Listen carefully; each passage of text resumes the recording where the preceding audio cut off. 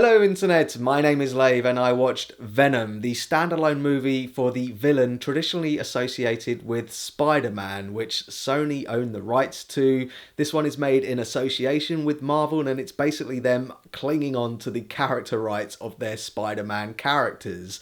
This one is directed by Reuben Fleischer, who directed Zombieland, which is great, and Gangster Squad, meh. They have managed to secure Tom Hardy, though, who plays Eddie Brock, a news reporter, not a photographer, who accidentally combines with an alien symbiote, which is being studied by a shady organisation run by Carlton Drake, played by Riz Ahmed. So Eddie must use their newfound powers to become an anti-hero and save the world. So my introduction to Eddie Brock and the Venom character was through the 90s animated Spider-Man cartoon, which I loved. I haven't read any of the subsequent comics which he's been in, and I wasn't a big fan of the first half-hearted attempt to bring him to the big screen in Sam Raimi's Spider-Man 3.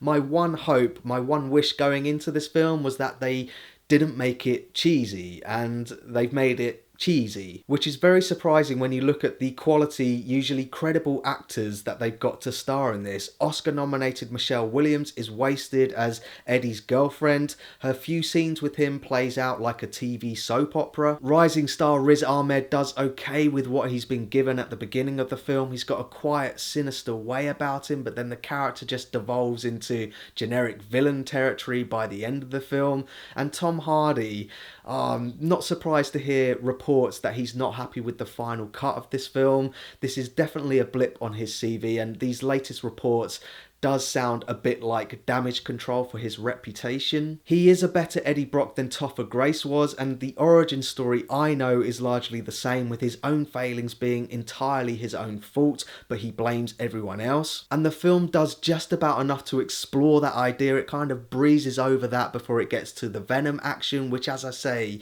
is very cheesy. The scenes when Tom Hardy is talking with Venom really reminded me of the scenes in Inner Space when Martin Short thinks he's possessed. I'm possessed! Yeah, cheesy family fun. Venom. The CG that brings Venom to life is okay. I liked the way he looks and moves, and there is one decent action set piece with him taking on a SWAT team where he really lets loose.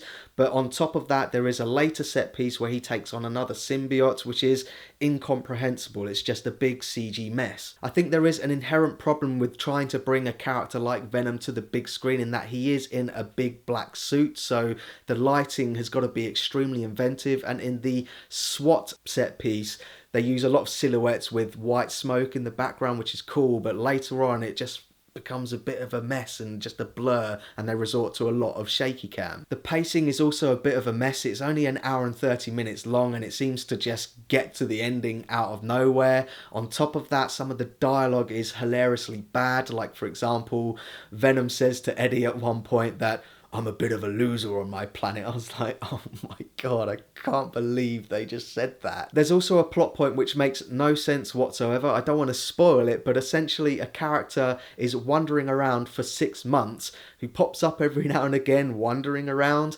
And when I really thought about it, the character would have got to where it was going quicker if it had just stayed put. So all of the scenes that they're in are completely pointless. All in all, this movie is a bit of a hilarious mess. I was laughing at quite a few moments for all of the wrong reasons. There's a moment where a dog shows up which had shades of Hulk and the Poodle Hulk dogs.